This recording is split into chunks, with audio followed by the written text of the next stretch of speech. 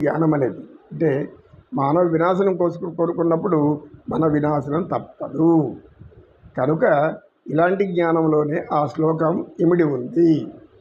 ఎట్ట బతకాలో బతకండి స్వామి, మరణం అనేది తప్పదన్నప్పుడు చిన్న చిన్న వాటికి ఎందుకు భయపడతారు, బాధపడతారు, సహనం కోల్పోతారు, అనేక విధాల ఆవేదనలు మనసులో పెట్టుకుంటారు.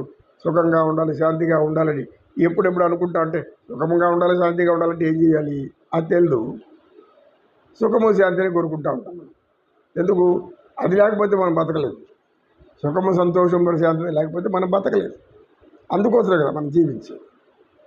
కనుక పరమాత్మల వారు ఊరికి చెప్పలేదు ఈ శ్లోకాన్ని. ఆయన మీరు అడిగిన ప్రశ్నలో ఈ శ్లోకాన్ని ఆయన తెలియకుండా మనకు అందరికి తెలియదని చెప్పారు అనుకుంటాడవా? తెలియదనే చెప్పారు. ద్వాపర యుగంలో ప్రతి ఒక్కడు కూడా మేము 1000 ఏళ్ళ బతకాలి, 100 ఏళ్ళ బతకాలి అనుకున్నటువంటి రాక్షసులు ఎక్కువ మంది ఉన్నారు. సో రాక్షస బుద్ధి మానాలి అంటే ఇది తెలుసుకోండి. మనం పుట్టినాక చావు అనేది రాసిపెట్టి ఉంది.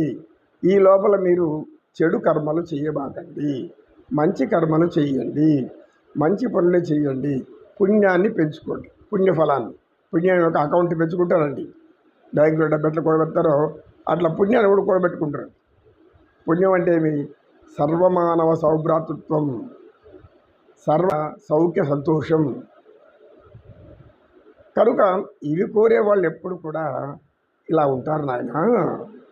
గ్రామస్తుల పెద్ద అని చెప్తూ, అయ్యా మీరు ఇప్పటికైనా అర్థమైందా? పరమాత్మ శ్లోకం చెప్పబట్టే ఆ జ్ఞానం తరతరాలుగా వస్తుంది వాళ్ళు. ఇది మామూలు అనిపిస్తుంది. కానీ ఆ గీత చెప్పకముందు ఎవరికి ఇది ఆలోచన రాదు. దుర్యోధనుడు, కంసుడు ఇట్లాంటి వాళ్ళు ఏం చేశారు? మనం ఎక్కువ కాలం బతకాలి, అందరిని చంపేవాళ్ళు. మన కులం వాళ్ళు తప్పితే, మన జాతి వాళ్ళు తప్పితే వేరే వాళ్ళు. నమో కృష్ణ, నమో కృష్ణ, కృష్ణం వందే జగం. కాసేంత విశ్రాంతి తీసుకుని మళ్ళా చెప్పు. హరి ఓం. సర్వే భవంతు సుఖినః, సర్వే సంతు నిరామయాః, సర్వే భద్రాణి పశ్యంతు, మా కశ్చిత్ దుఃఖభాగ్ భవేత్. ఓం శాంతి శాంతి శాంతి. తత్సర్వం శ్రీకృష్ణార్పణమస్తు. కృష్ణం వందే జగత్. పరమ పురుషుడు గోపాల బాలుడైనాడు, మురహరుడు ఎదుట ముద్దుగారే ఇది ఓ పరమ పురుషుడు. వేద పురాణములలో విహరించే దేవుడు, ఆది మూలమైనట్టి అలబ్రహ్మము. శ్రీదేవి పాలిట ఎరగే నిదానము, చేరదీసి యశోదకు శిశువాయనిదివు పరమ పురుషుడు. గోపాల బాలుడైనాడు, ఆద్రి మీద వెలసియున్న ఆ వరదుడు, కైవసమై గొల్లెతల కౌగిళ్ళనిదివు. అన్నమాచార్యులు ఒక అద్భుతమైనటువంటి వేదాంతి. ఆయనకి మించినటువంటి వేద జ్ఞానం కలిగిన వాళ్ళు ఇప్పట్లో ఎవరు ఉండరు.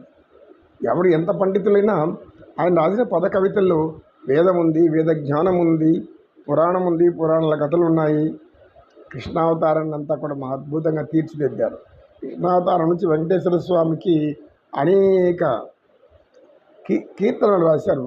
పద కవిత పితామహుడు, కవి గాయక వైతాళికుడు. అన్నమయ్య కీర్తనలు వింటుంటే ఒళ్ళు ప్రకరిస్తుంది, ఒళ్ళు జలధరిస్తుంది.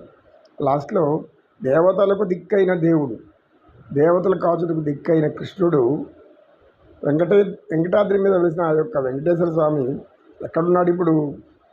కైవసమై గొల్లెతల కౌగిళ్ళనిదివు. గొల్లబామల చేత వారి యొక్క కౌగులలో చేరిపోయి ఆనందిస్తున్నాడు.